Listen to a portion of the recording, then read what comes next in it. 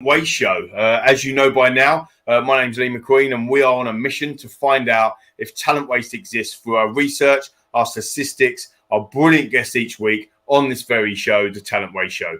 We believe that between 30 and 40% of employees leave organisations within the first year if they are bad cultural fit, if there is unconscious bias within the recruitment process, or maybe it's an inefficient onboarding process, or even just poor hiring decisions. National Office of Statistics will back that up, along with the Harvard Business Review stating that 80% of employee turnover is just due to bad hiring decisions. Last time out, I'm on my soapbox by now. Last time out, we had the wonderful Lorenzo Guillemey, who gave us some wonderful insights on business process and learning development processes across one of the world's most powerful organizations, Amazon. It was a brilliant episode, and you can follow Lorenzo via his LinkedIn profile. You can also catch up on the show via Crowdcast, Spotify. Yes, we are on Spotify. I love that part. And also on YouTube at Phoenix 51 for all of the previous episodes as well. You can check out my LinkedIn page also, or follow us on phoenix51.io. But let's get to today, because I'm very, very excited. Today, my guest is an expert on all things HR, technology, and payroll. Working as a senior HR director for the best part of 8 years with the largest global provider of cloud-based business people solutions, the wonderful business of ADP, Annabel has a wealth of experience in transformation of a global workforce spanning 65,000 employees. I'm delighted to spend the next 30 minutes, or by now maybe a bit longer than that, also with Annabel Jones. Annabel, welcome to the Talent Waste Show. How are you getting on? Yeah, really good. Thanks, Lee. Good to be here. Good stuff. Yeah, I'm very happy that you've agreed to join us. We've our path crossed a few years ago when we worked together on a different type of project, and I'm delighted to have you onto the Talent Waste Show today. For those of you who haven't met you before or don't know about you, just talk to us a little bit about your background. I gave you a bit of an intro there, but who is Annabel Jones and what have you been doing? Yeah. Okay. So I have started my career actually as a recruitment consultant. So I didn't mention that before. So I went out from university, did a psychology degree, and started off trying to be a recruitment consultant. And I wasn't a particularly good one, I have to say, but I really loved the people side of it. So I was very lucky to make the move into a .com startup. That's aging me, isn't it? But the year 2000. Yes. Exactly. So in the year 2000, I was there. I was living the dream in a .com startup, and that was my first experience working in HR, and I loved it. And I learned on the job and progressed through various organisations. Spent most of my career before joining ADP in the media industry. So worked in the music industry and then the film industry, which all sounds very glamorous, but I was still in HR, so much the sort of same. And then I moved into ADP coming up to 8 years ago, and have been with them as the UK and Ireland HR director for the majority of that time, and have just recently transitioned into a new role as the senior HR director for international sales and marketing. A very varied background in terms of getting to ADP, and then you must, as I said in the intro, you must have seen so much change or transformation over the best part of 8 years. Mm-hmm. What's been, I suppose, one of the most challenging moments, or some challenging moments that you as you and your team within HR have had to face during that period of time?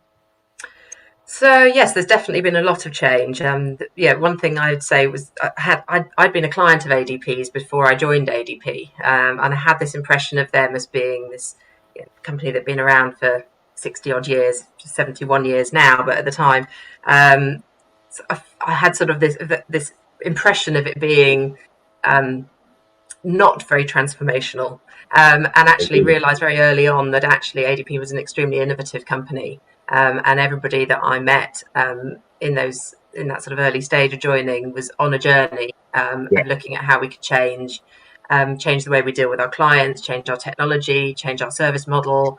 And so it has been a constant journey of transformation, right from the global level, where we very much changed our strategy from being a payroll service provider, which we did extremely well and were very well known for and had a fantastic reputation, to becoming a technology company with a service offering. So the payroll service hasn't gone away by any means; it's still very strong, but build on what we do well, and then start to develop the technology. And now we're really looking at sort of the future of payroll technology, HR technology, human capital management, cloud-based solutions, very much more in that sort of driving innovation and change in the industry. So that has a people impact, obviously. So huge, I would imagine it's huge people impact. And was there that element of changing essentially that business model, or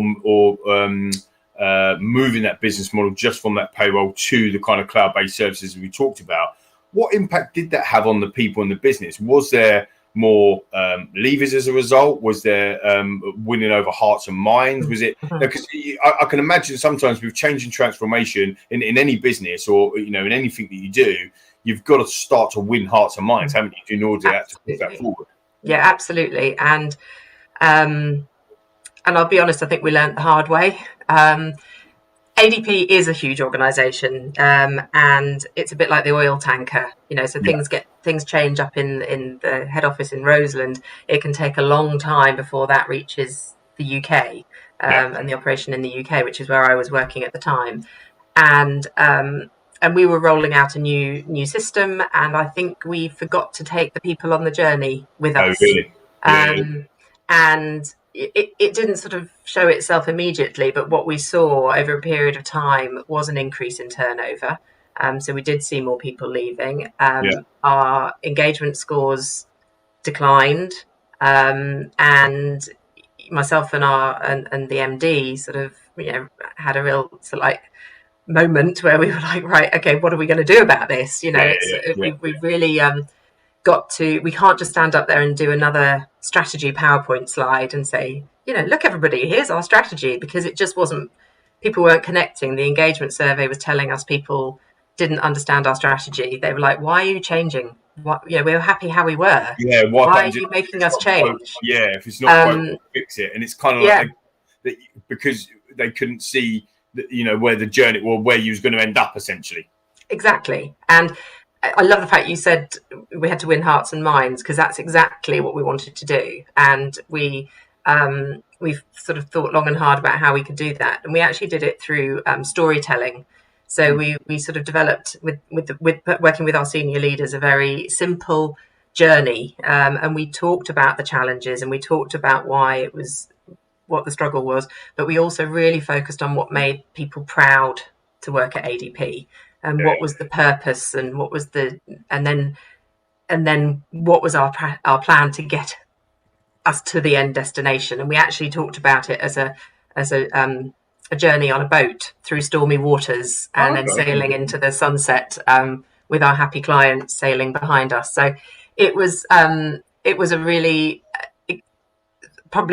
I will probably look back at that as a highlight in my career, that whole experience. And it took a lot of work, and we went on a road show. We delivered this story to everybody, but the outcome was evident in the figures. We had our staff turnover reduced significantly, our engagement improved significantly, and we've managed to maintain that because we kept it alive. It wasn't sort of like a one time a project thing and that was it. It was actually an ongoing. What's really interesting to me, and hopefully to the viewers and the listeners as well, Annabel, is how do you measure them changes, or how what metrics are you using to or what tools? Is it an ADP tool that you use to measure the staff surveys and that type of stuff? So we've always done an engagement survey. So we actually have changed that from, we used to do an annual engagement survey. We now do a quarterly engagement pulse. So it's a shorter list of questions, and it's very much focused on the we and the me. So how are people connected with their team, and how are they connected on an individual level. And it gives us a much quicker indication of what's working, what's not working. Yeah, and you can flex almost. You can fit. It's Exactly. not. It's not a yearly thing, so you can actually change it and flex it throughout the year. Yeah, and then we do a cultural survey on an annual basis. So we say, okay, we're very much a values-driven company. Are we living to our values? Is our culture aligned to our values? So really, that survey is about asking people, are we doing what we say we set out to do? So that's one measure. We also do various other. We also do a performance pulse. So rather than doing an annual performance review, we also do a quarterly, on the same cycle. We do a quarterly performance pulse. So again, it's like, are you on track? Are you performing where we expect you to perform? And it's that's been a really positive change. That's using ADP. So it's a tool called Standout, which is strengths based. Is it part of the ADP suite? Yeah. And it's all around a strength-based way of working. So we've really changed our mindset into focusing on your strengths, not your weaknesses. And that's been a really interesting experience. Again, we talk about transformation. That's completely sort of changed the way that we measure. To have those measures of how people are feeling and how they're behaving and how they're performing. And it's a very good leadership insight as well.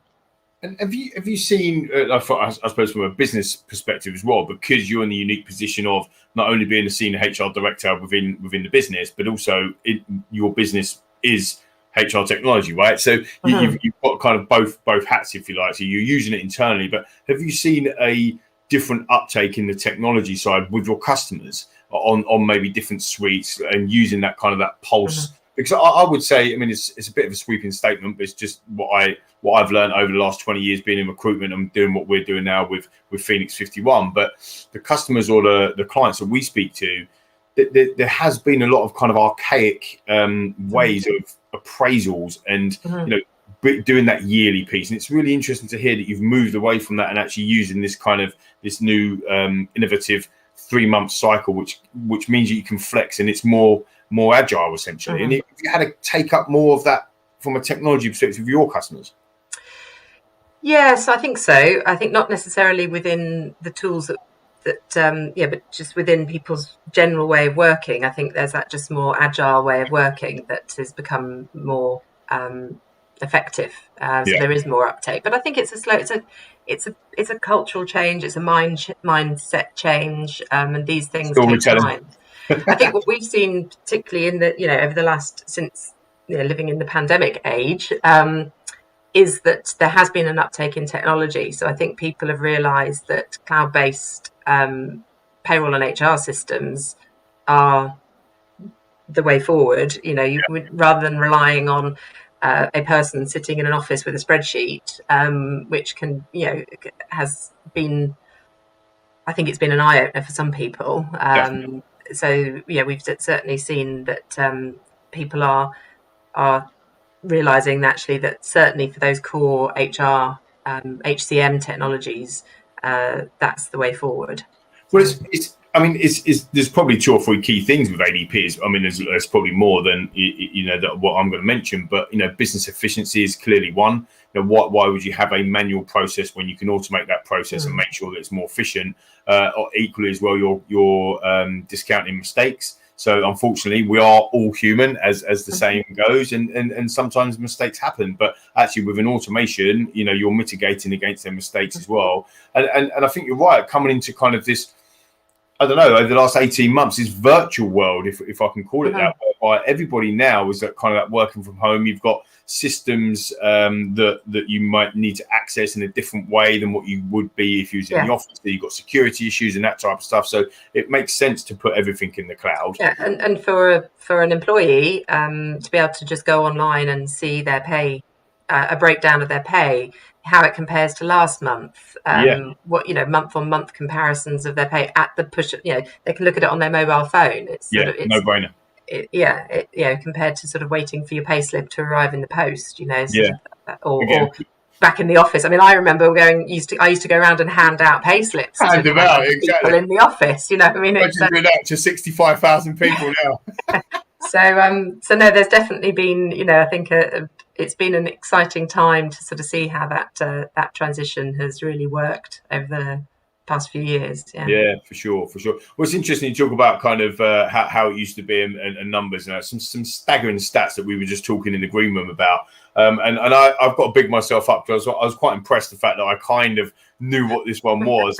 But 1 in 6 people within the United States of America get paid through ADP's payroll service, which I think is staggering. So what that'd be, best part of 40 odd million Americans getting paid. And what did you say to me before? It was 1 million people in the UK get paid for ADP. So it's not. Sometimes people talk about business efficiency, as I was just touched upon, and technology and being in the cloud, but actually it's also about changing people's lives because ADP are responsible for paying 1 million people in the UK, and that's amazing. That means that they get their pay. That means that they can go and pay their mortgage, or they can go out and they can go to the pub and watch football and drink beers or whatever it is that they want to go and do, or celebrate good times with their families, which is why we'll go to work in the first place and creating their memories. So I think that's really interesting, and how it's not just about this is a piece of tech. It's actually about changing lives essentially in that manner. I mean, staggering stats. We actually said at a few Christmases ago, we said to people, we're more important than Father Christmas because we pay Amazon employees. Yeah. And where would we be without Amazon? Well, there you go. We wouldn't. That's really interesting. We'd be anywhere. We had Lorenzo Guilherme on, who is the L&D consultant for Amazon. We had Lorenzo on last week, and one of the most powerful companies now in the world, as we all know.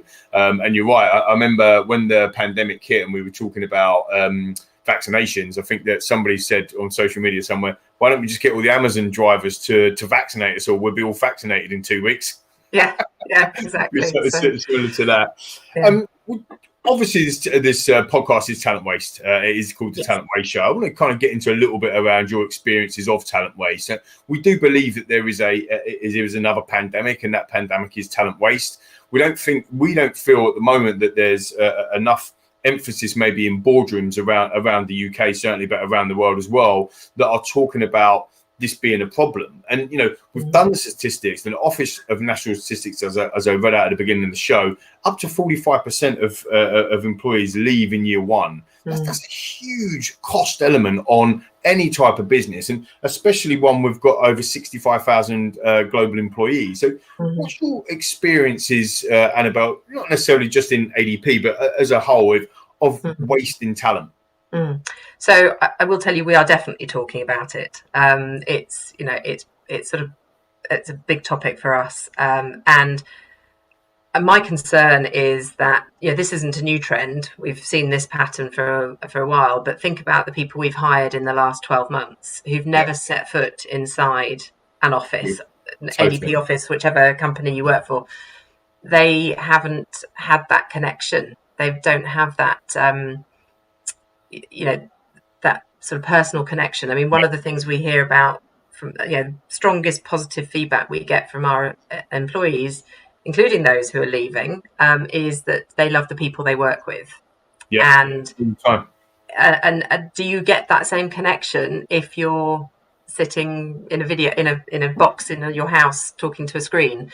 I worry that we will see this becoming just even a bigger issue, because those people haven't built up that cultural connection that you get when you're in the office. I think the other thing is remote hiring. Have we really tested out how effective that is? Are hiring managers able to, and the candidates, are they really able to make informed decisions without meeting, or at least having some sort of contact? So, and then there's the remote onboarding as well. Has all this meant that actually what was already a problem is going to become a bigger problem? And I think that we need to do a couple of things. One is sort of almost accept that it's a problem and mitigate against it. So sort of I've, for example, we've been looking at all the people that started in the last year, and we want to start looking at, are they at risk of leaving?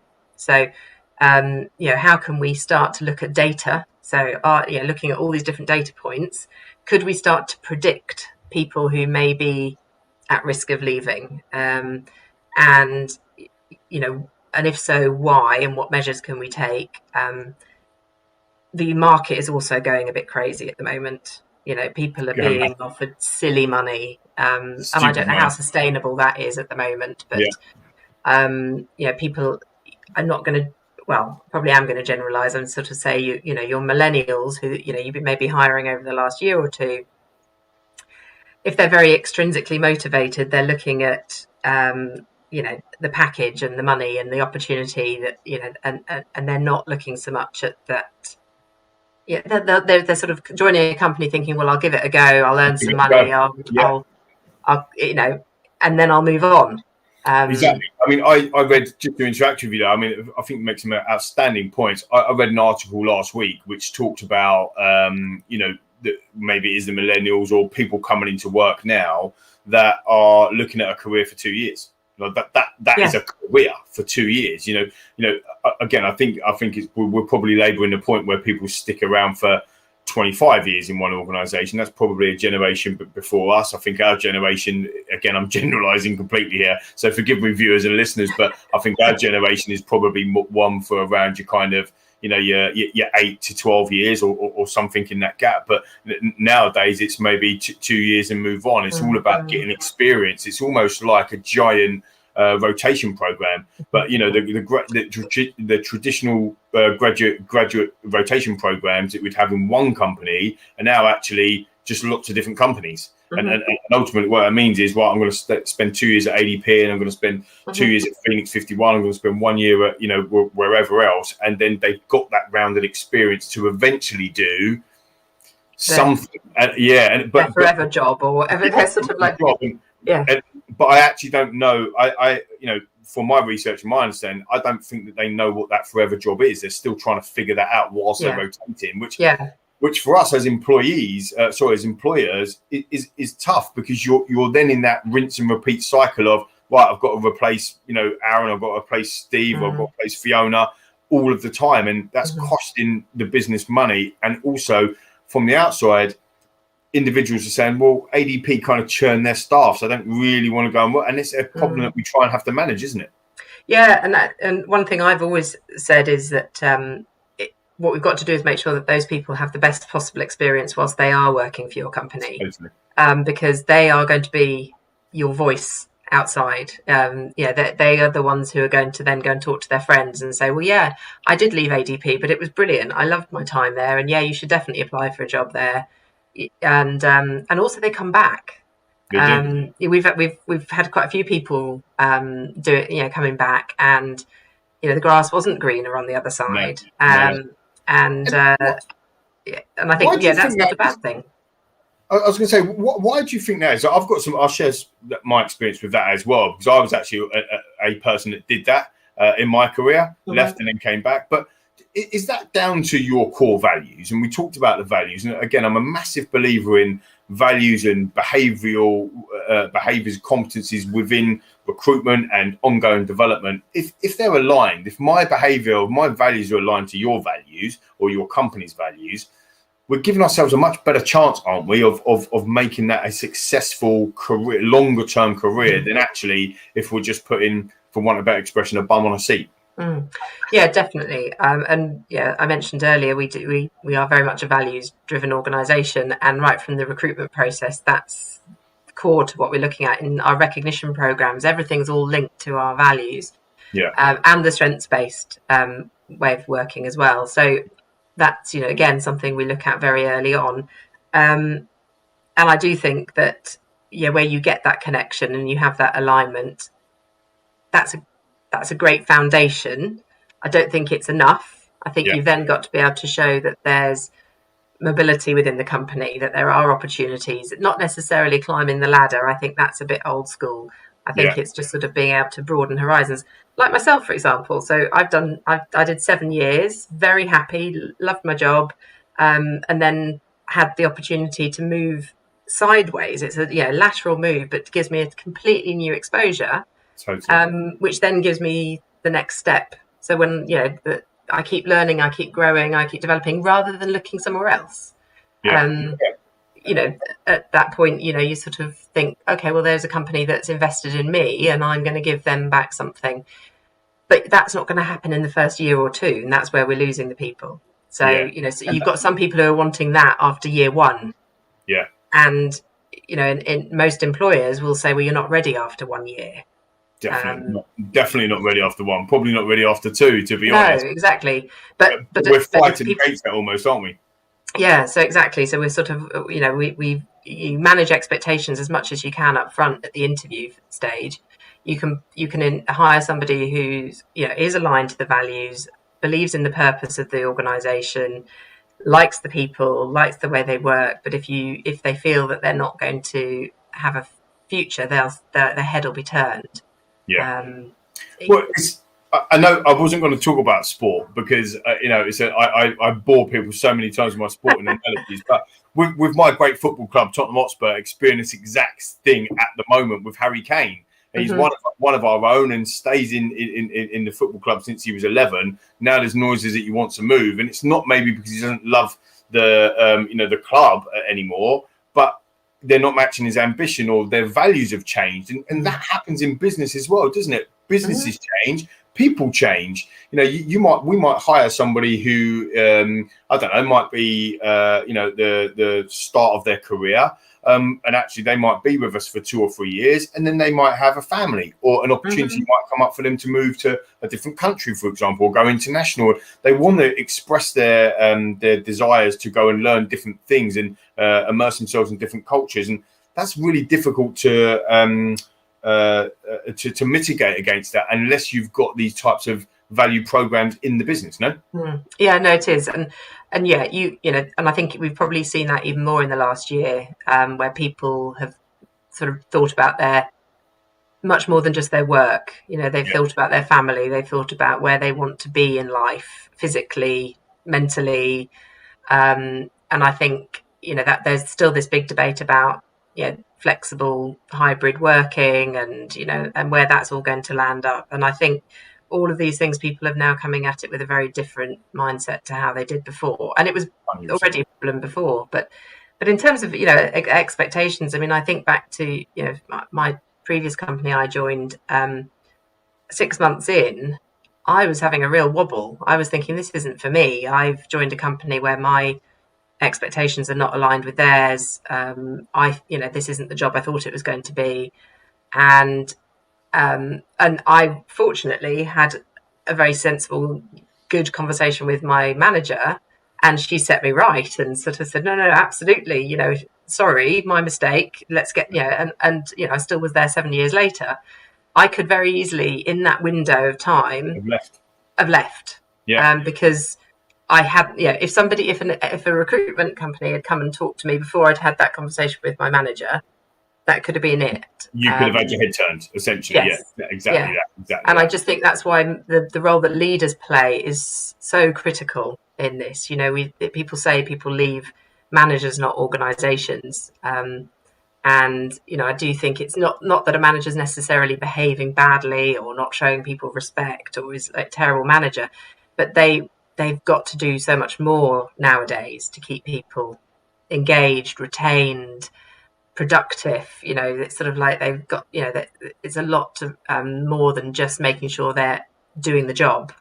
Yeah, I think it's absolutely fascinating. I completely agree with you, and I think that they've got to be a manager, right? At the end of the day, and lots of organisations, and maybe ADP have done this in the past, and maybe you're still doing this. I know a lot of our clients and a lot of businesses that I speak to have made these mistakes, whereby they promote the best person in the role, not necessarily for the manager's position, but they promote them into a manager's position. I'll give you an example. So say I'm with the business 6 years, and Annabel, you're with the business for 6 months. You'll clearly demonstrate better behaviours, better competency at that management position than me. But because I've been there for 6 years, I get promoted. And that's the wrong decision for the business. And it's like, how are we mitigating against that? And what happens for that scenario is that not only do I get promoted into a role that I'm not going to be very good at, you also don't get promoted, and then therefore you leave because you're like, hang on, what's happening here?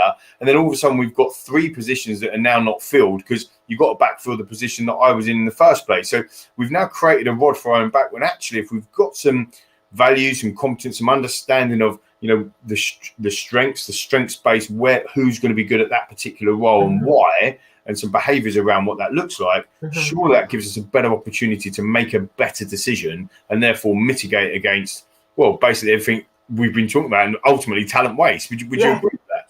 Yeah, no, I definitely would agree. And I've seen that you're working in the creative industry, probably even more so, very good people who are outstanding creatively, terrible people leaders. Yeah, they just can't lead.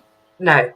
And but there's this feeling of climbing the ladder, and you have to, for me to be successful, I have to go on to be a manager, and I have to go on to be a director, and I have to go, and being able to create career paths for individual contributors is really important, so that you can actually still retain that expertise and that talent without needing to put them into a management position. So that's one point. And then I'd say the other bit is how do you know who is a good leader? So, having a framework of leadership expectations. What are the behaviours we expect to see of a leader? And how can we benchmark people, to be sure that they have what it takes to be a leader?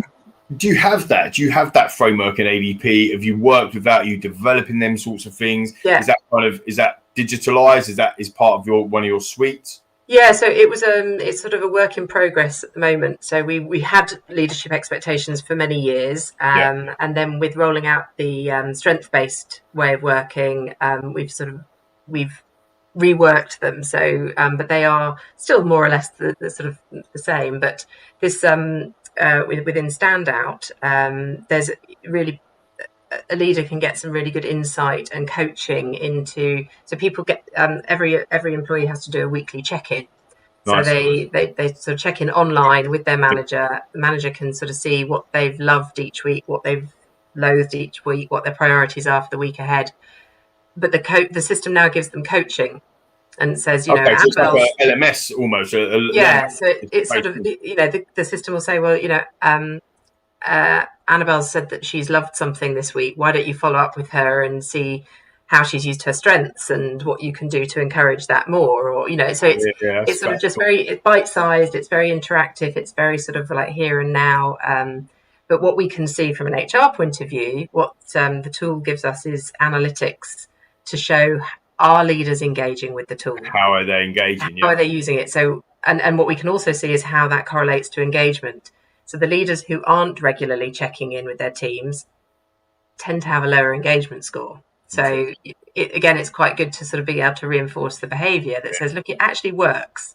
If you do this, you'll get better, more engaged employees. If you have more engaged employees, they'll work harder, they'll stay longer. And sometimes it's that correlation, isn't it? Sometimes it's making that correlation between, okay, I'm doing this as a tick box exercise. I have to do this. Oh, they've said that I need to do this, but they don't see the correlation with actually the outcome. And the outcome is that you get everything you've just said, better employee engagement, people sticking around for longer, you're mitigating against retention, and people feel like that they don't need to go anywhere. Again, coming back to the values piece that we were talking about, I'm a huge believer in if we're engaged with the value of the company values and the personal values of each individual, we can take that almost that storytelling you were saying about earlier. We can take everybody on that journey, but it's not a one size fits all. And it has to be able to flex to individuals, and that becomes really difficult when you've got obviously more staff. Like if you're a startup like Phoenix 51, it's a little bit easier to manage kind of 10 people. When your ADP got 65,000, it's a bit more difficult to manage. Yeah, no, it is, and that's what we have a very clever teams of people who do all this. So we have a whole team that put together leadership excellence training, and so there's development programs in place for people. Now, I've worked in organizations in the past where we don't have that. We haven't got that luxury, and it's much more of a sort of you figure it out as you go along, and you so I appreciate where I am now that we have all of that, but I realize also that a lot of companies and a lot of the people listening today won't have the luxury of that sort of infrastructure. But it doesn't mean to say you can't do those you can't things. do it. Yeah. Absolutely So not. actually, Yeah. it follows lovely on, actually, because I was going to ask you kind of what your top tips are or some takeaways for the viewers, for the listeners. But you've just mentioned it there. Like, what would you advise some of the people that are not in that situation with having teams of people? What could they do? What, I suppose, the quick wins that they could do within their business, today, to start mitigating against that? Mm-hmm. So I think data is very important, and you don't need an expensive system, but obviously it helps. But if anything, data gives you so much insight. It doesn't tell you the whole story, but it helps to show the pattern of what is happening. So when I say data, it's sort of looking at collecting information around people leaving, why are they leaving, so doing exit interviews, and understanding then what you're seeing from that, but also doing stay interviews as well. So why are people staying? So I think the other thing we've done is that's worked really well is just doing focus groups. So just understanding what is. You can do surveys and things, but you don't get quite to the level of depth that you'd get if you do a focus group and actually talk to people. And it can be very simple in a sort of like what are we doing well, what could we do differently? Approach. It's almost like a feedback session, or the 360 feedback sessions. I think it's so interesting that there's so much availability on different new things and technology and different strategies, and actually communication is still the key one, isn't it? That just drives everything. Absolutely. So I've got that written down as well. It's like if you can, the communication, just absolutely, and it's got to be genuine. It's got to be, people will see through it if it's not. It's got to be consistent in the way you message things, and it's got to be a two-way communication channel so that you can have that opportunity for people to feedback. And feel that they have a voice, and that you are responding to what they're saying.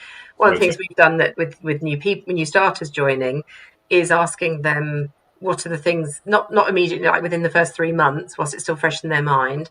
What are the things that you really love about ADP, and what are the things that you've really enjoyed, but what do you miss from your old company? Okay, so it's kind of bringing in some of the things that they're used to actually into their new environment. Yeah, so that we can learn from that and sort of see what we can do and how we can adapt that. So I think there's lots you can do without, needing, and I think the other thing is having a really good recruitment engine. So, being ready to hire. Let's accept the fact there's going to be a certain amount of attrition, and be really sort of as efficient as you can be in your hiring processes, because if you have a long, slow time to start process, so from the time that you've placed a vacancy to the time somebody actually walks in the door, or metaphorical door at the moment, you can lose people because the market is so fast, and so you've got those people. You've got to sort of really have a quick turnaround on people hiring. No, I completely agree. And the thing for me is having that process that follows through the organisation or the people journey. And obviously I am on a soapbox for this a little bit. I'm very passionate about it, but making sure that actually the time that we reach out to our talent pool, coming through the door, through our screening process, for our recruitment process, assessment piece, all the way through to onboarding, as we touched upon before, and then beyond that, we call it kind of a cycle of development, that ongoing development of checking in, talking, that communication. Yeah. Have you got the right behaviors, strength-based? Some organizations still are looking at skills gaps and analysis of gaps, and that's fine, and that's okay for the way you were, but actually using that data and them insights to make sure that we're becoming a more efficient business on one hand, but also that we're delivering what we say our core values are. Because it's sometimes very easy to go, there's a poster on the wall, that's our core values. Oh, you're in now, happy days. And then 9 months later, they're leaving. You go, why are you leaving? And they go, didn't really feel it. I didn't get it. It Didn't really get it. Yeah. And I think that's the other thing on the onboarding side is there's the sort of the practical logistical onboarding bit that we can all get a little bit hung up on, like, well, you've got a laptop, it works, we happy days. But there's the human side of onboarding, and I think it's got the relational aspect of onboarding. And as I said earlier, I think that's, I hope we haven't lost too much of that in the last 18 months. Because I do think that was we had to change very quickly. I don't know. I mean, for ADP, we didn't hire a lot last year. That was but now we're sort of ramping up again. Hopefully, we've had time to get it right. You mentioned, Annabel, earlier. You mentioned about kind of the market at the moment from a recruitment perspective is going a bit mad. Every recruitment business or everyone that I know, and my network's pretty heavy in recruitment, is having record quarters or record H1s and that sort of stuff. It has gone ballistic compared to how it was 18 months ago, and that's obviously a result of the pandemic. And I think the GDP was up 4.8% in the last quarter, I think, in the UK. So it is looking like there is a recovery. How are you finding the kind of, if I can use this terminology, the war on talent, to bring them into ADP? It's one thing having a brilliant process and values and once they're in, but actually, how are you finding them? Is that becoming a problem as well? Yeah, it is, and it's really competitive, and the candidates are calling all the shots. So I think our recruiters are really having to go out with a very strong employer brand.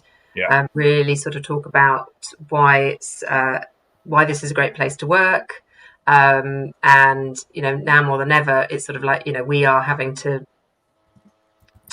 sell to them, to the candidates, and it's very competitive, and I think we can't just it can't be all about the money. You've got to sort of focus on some of the other things that you can offer people.